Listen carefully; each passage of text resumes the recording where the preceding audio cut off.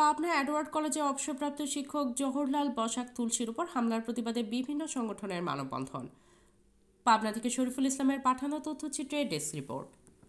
পাবনায় সোমবার 28 জুলাই সকালে শহরের শ্রী শ্রী জয়কালী বাড়ি মন্দিরের সামনে জেলা সনাতনী হিন্দু সম্প্রদায়, দুপুরে সরকারি এডওয়ার্ড কলেজ শিক্ষক পরিষদ ও ছাত্র শিবির এডওয়ার্ড কলেজ শাখা পৃথক পৃথকভাবে মানববন্ধন কর্মসূচি পালন করে।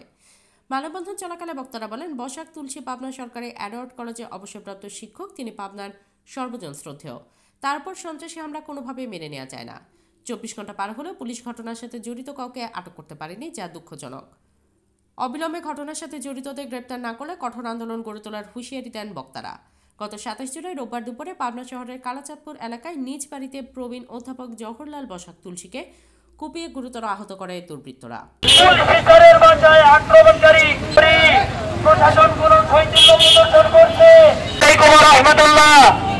বিশ্বজুড়ে পাঠশালা মোড় সবার প্রিয় ছাত্র জনতা, আপনারা নিশ্চয় অবগত।